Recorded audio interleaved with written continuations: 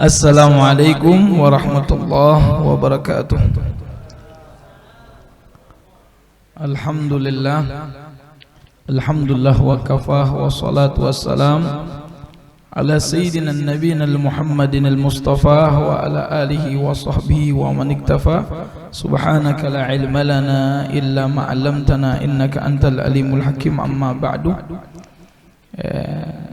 Yang sama-sama kita hormati guru kita Ustaz Ahmad Muwaffaqallahu bil khairat insyaallah.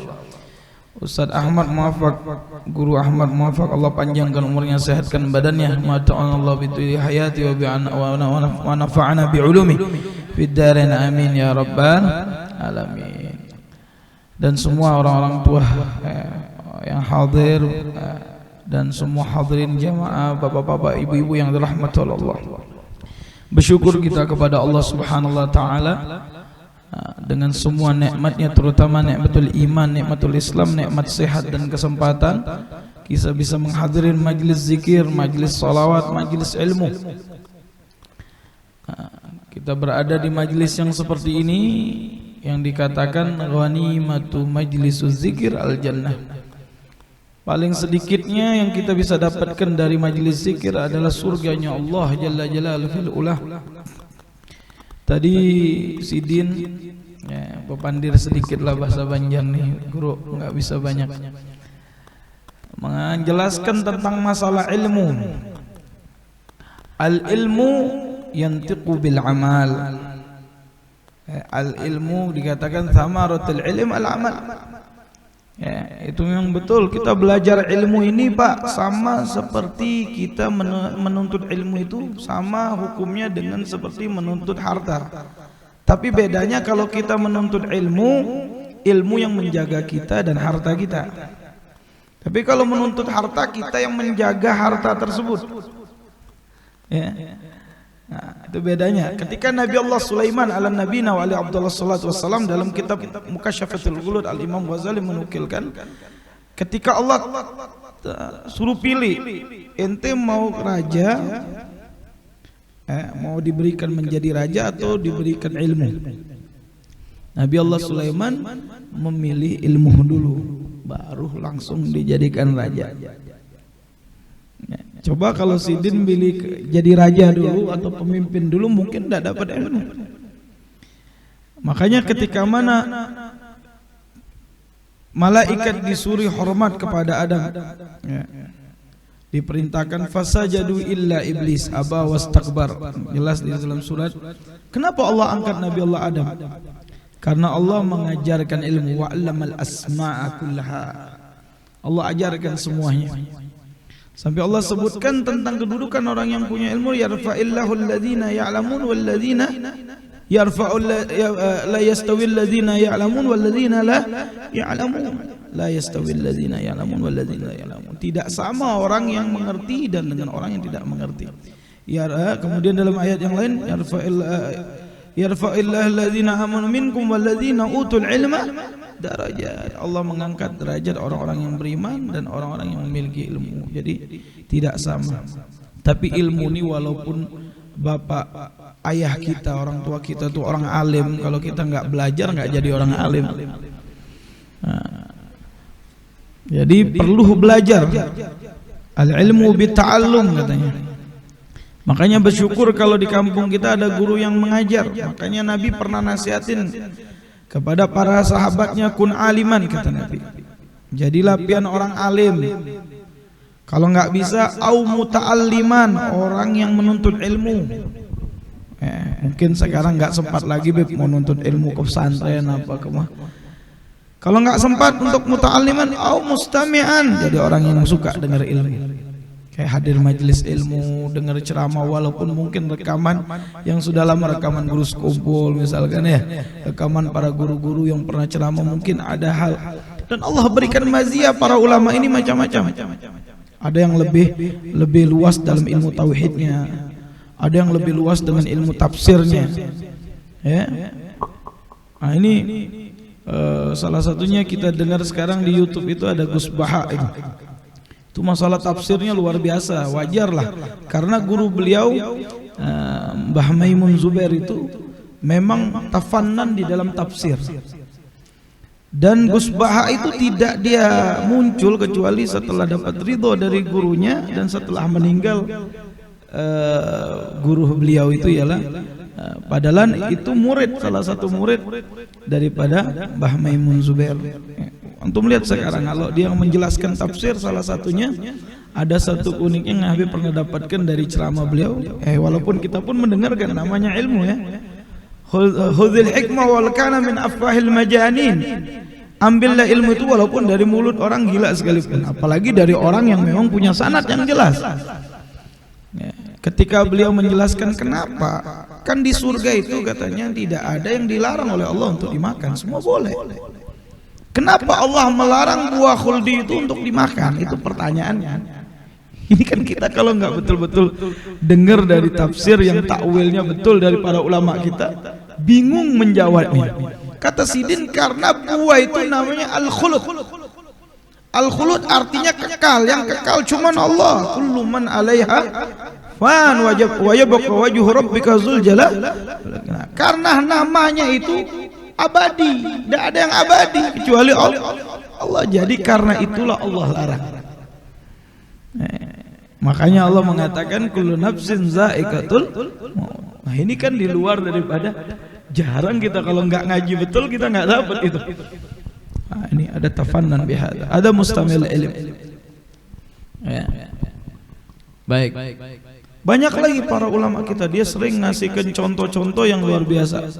Tugus Baha antum dengar nanti. Nanti dengar Ustadz Abdul Somad lagi versi orang Melayu. Yang di zaman kita sekarang. Habib Ali bin Hasan Al-Attas itu pernah bilang, kalau pian mau mencontoh ulama yang salaf, mungkin kalau yang salaf yang jauh di atas mungkin kita nggak mampu untuk ngikutinya. Paling nggak kita ikut sama salaf kita yang dekat. Kayak kita di Banjar nih yang dekat seperti Guru Zuhdi, Guru Zaini itu dekat. Kalau kita mau contoh Datuk Pelampaian itu jauh Pak. Mungkin amalan Sidin itu lebih hebat dari kita sekarang. Karena zamannya pun berbeda. Mungkin zaman Sidin zaman kerajaan, kita sekarang Indonesia Raya sudah. Indonesia merdeka. Ya, kalau Guru Zaini dekat, dia tahu bagaimana kondisi kehidupan tuh mirip. Jadi kalau mau mencontoh Sidin tuh lebih mudah. Ini satu metode yang diajarkan oleh para habaib di dalam mengikuti jejak langkah para ulama. Jadi kalau cerita ulama tuh jangan sekedar cerita karamahnya saja. Cerita bagaimana mereka itu menuntut ilmu. Saya pernah mendapatkan cerita tentang guru saya Sayyidil Habib Umar ketika beliau menuntut ilmu di Baydha. Sidin itu diceritakan oleh anaknya Habib Salim bin Umar pernah cerita.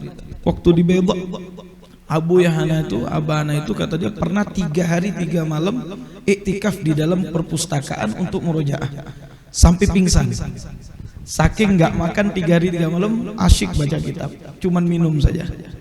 Sholat terus baca lagi sampai 3 hari 3 malam pingsan, lupa makan saking asyik dengan ilmu. Makanya di dalam satu maqalah mengatakan al ilmu bila amal majnun wal amal bi ghairi ilm mayakun. Ilmu tanpa diamalkan itu suatu kegilaan. Belajar tapi nggak diamalkan. Tapi dan beramal tanpa ilmu nggak sempurna, nggak bakal bisa.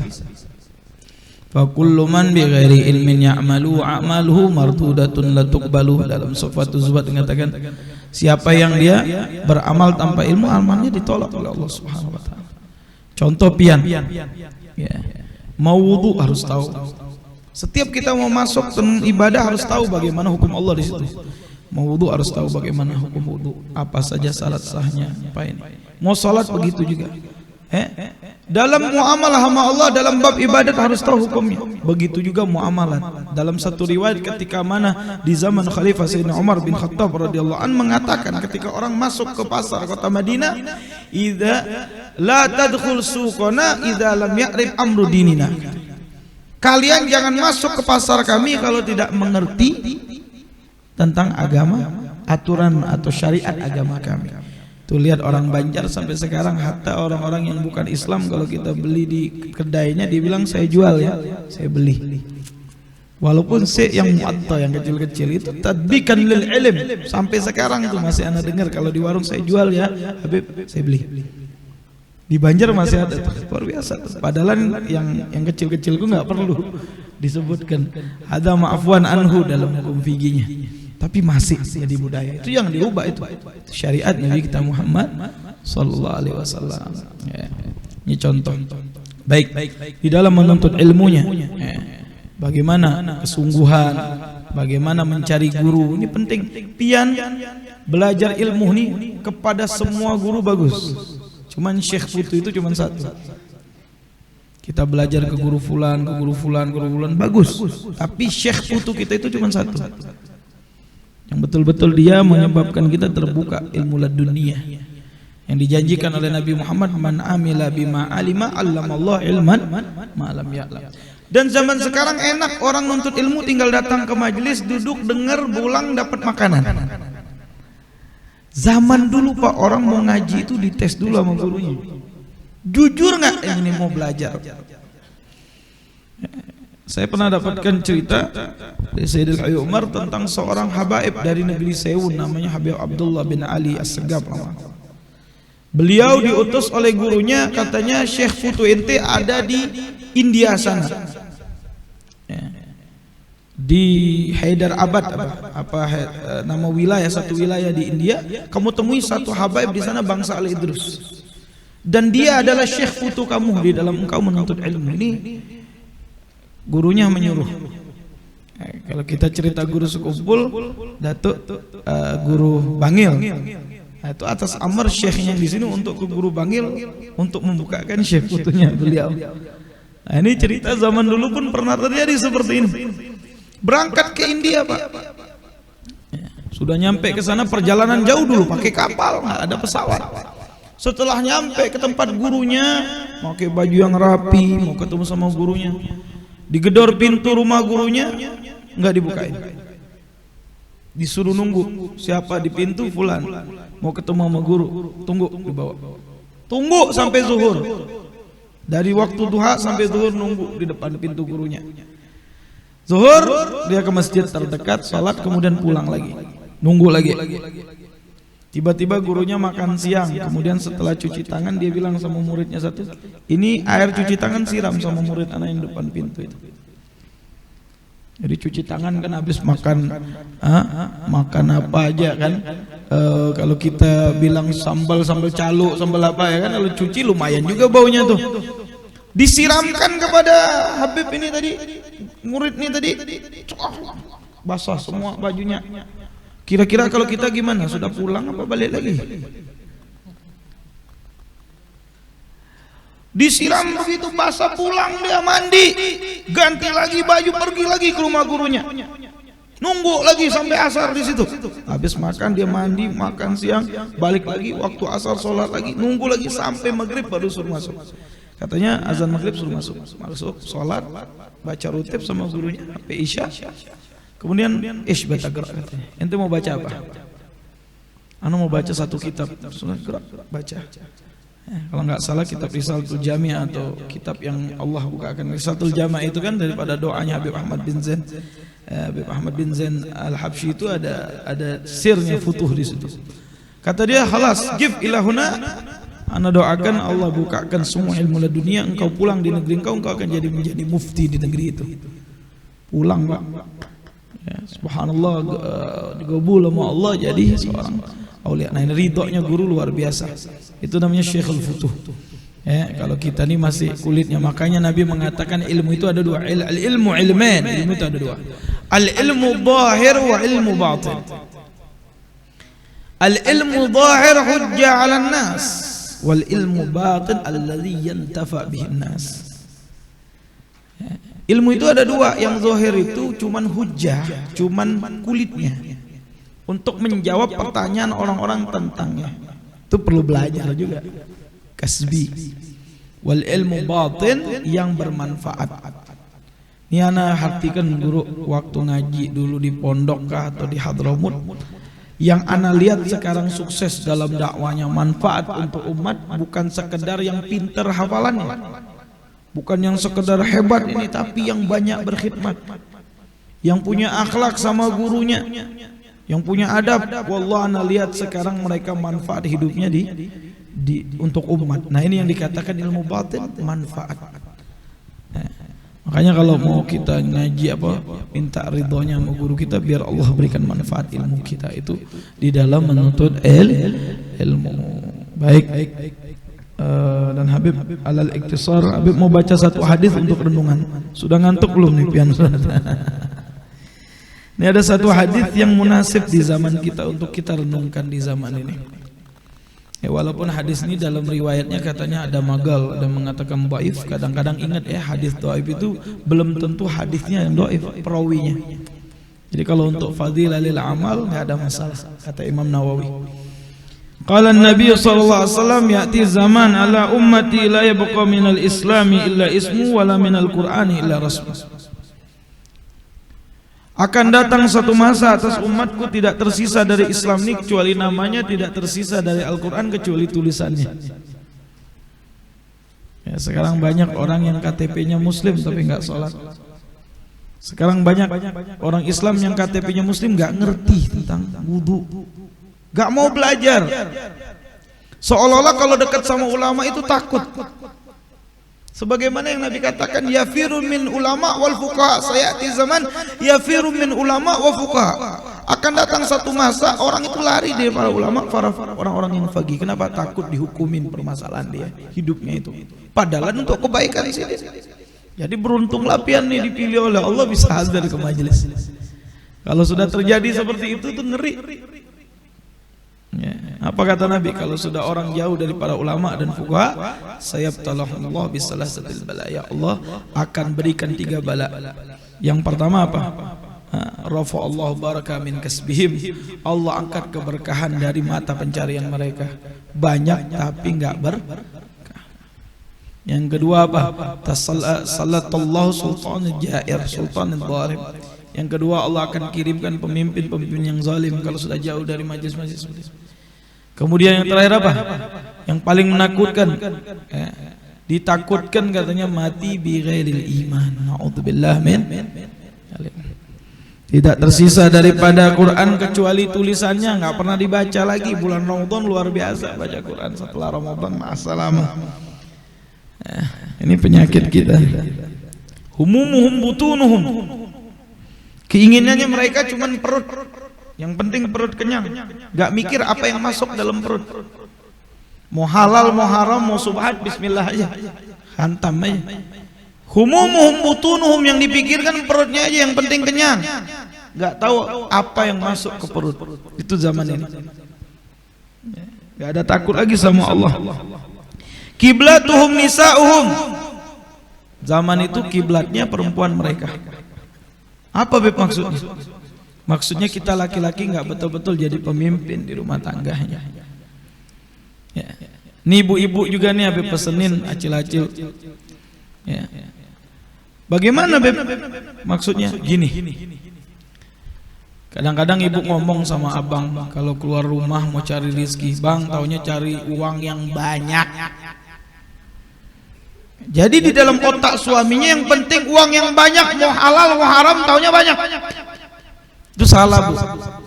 Kalau pian mau berkah pian bilang, suamiku pian cari uang yang luas, yang banyak, yang halal.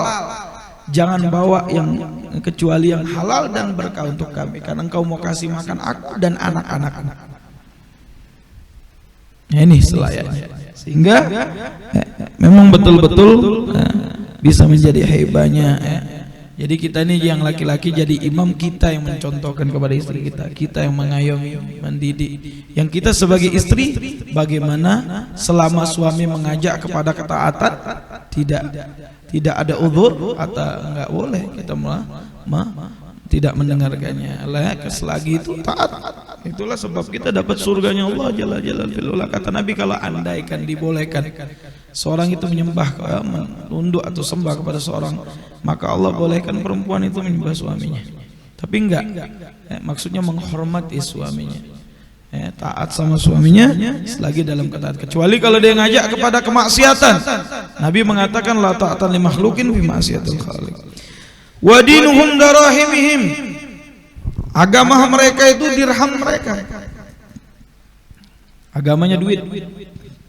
Ada duit mau Nggak ada duit nggak? Ada duit dipilih, nggak ada duit yang mana besarnya? Nggak mau. Ini zaman kita. Tak kita nafikan ini. Ya. Jadi kalau orang-orang pendakwah ini, dia nggak milih-milih kalau memang dia ini balik kepada niat mereka. Paham? Begitu juga kita. Jangan sampai ini agama kita duit. Bukan agama Islam lagi dah. Bukan ajaran Nabi lagi. Agamanya duit. Yang penting ada duitnya. Oke, dah ada udah. Ini kejadian zaman kita.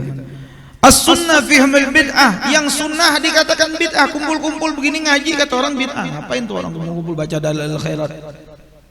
Nggak ada itu di zaman Nabi.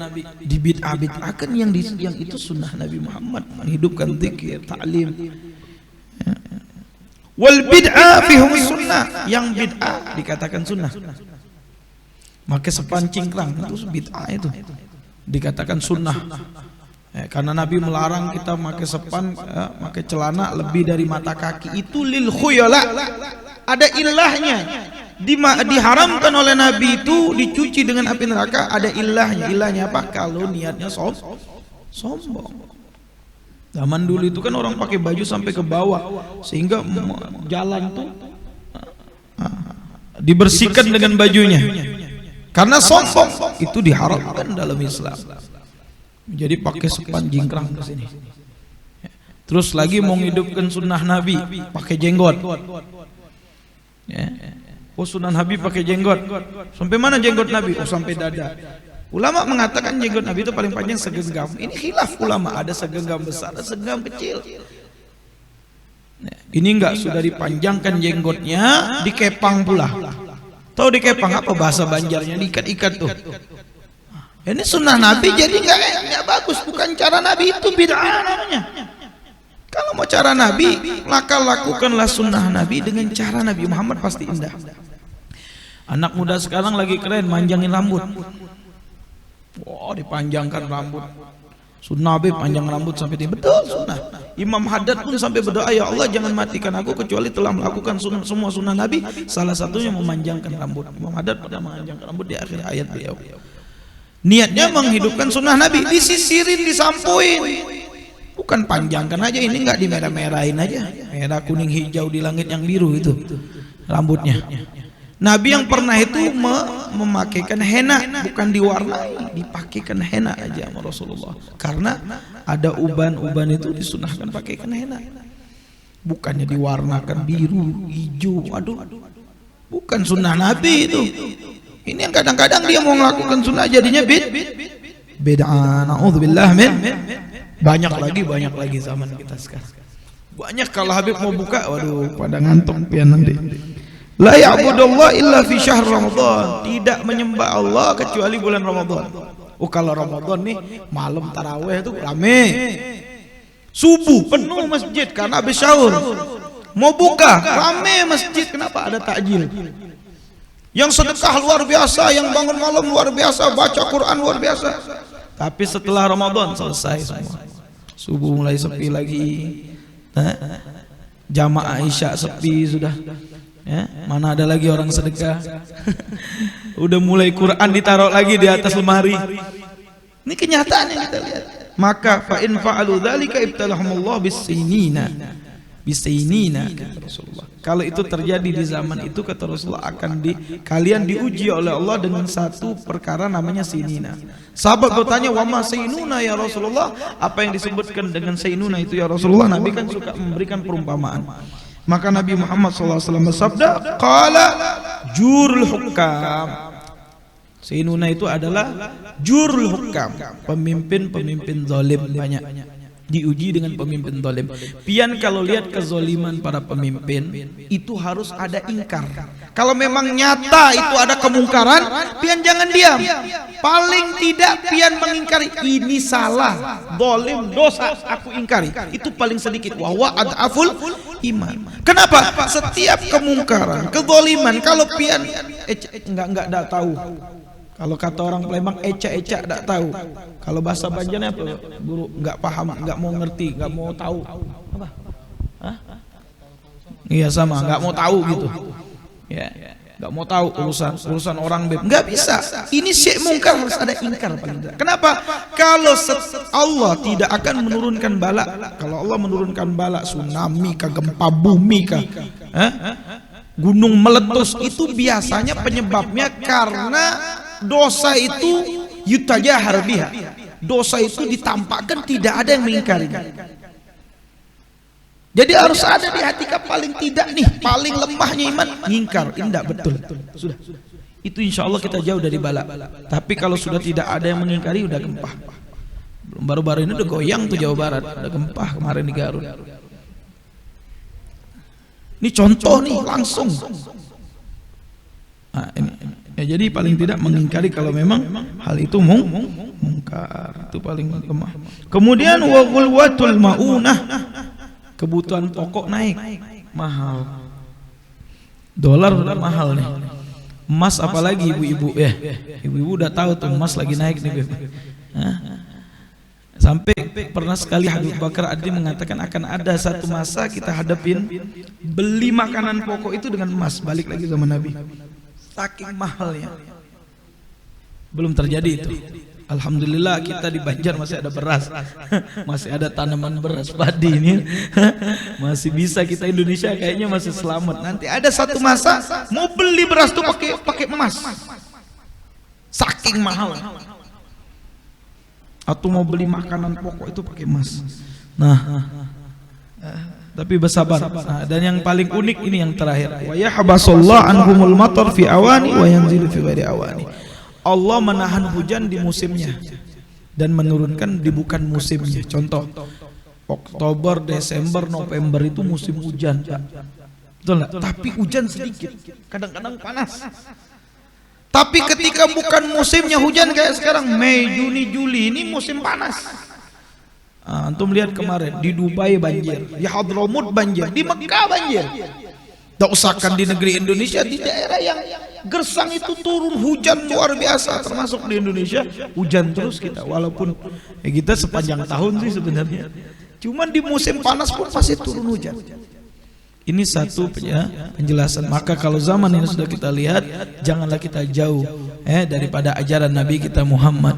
Hidupkan ajaran Nabi, hidupkan sunnah Nabi. Salah satunya menghadirin majelis-majelis ilmu. Semoga Allah selamatkan kita dan keluarga kita, jiran tetangga kita, dan semua umat Nabi Muhammad dari fitnah ini zaman, dari keburukan ini zaman, dari semua keburukan ini zaman. Ya Allah, jagakan kami dan keluarga kami dari fitnah ini zaman, dari keburukan ini zaman. Allahumma aj'al hadza jam'ana hadza jam'an marhuma, tafarraqana min ba'di tafarruqan ma'suma, wa la taj'al fina wa la minna wa la min syai'in wa la mahruma, wa aftah lana abwabal khair waj'alna min ahli al-khair ya man wafaqa ahli al-khair wa anhum alayh, fikna lil khair wa inna alayhi ya rabbi thabbitna 'ala al-haqqi wal huda, ya rabbi akbitna 'ala khairi millati, ya muhawwil al-ahwal hawil halana wa hal muslimin ila hasanil hal bihaqqi sayyidina Muhammadin maula al-bilal wa hala ila sallallahu alaihi wasallam Muhammadin sallallahu alhamdulillahi rabbil alamin. Mohon maaf lah kalau kepanjangan ulun.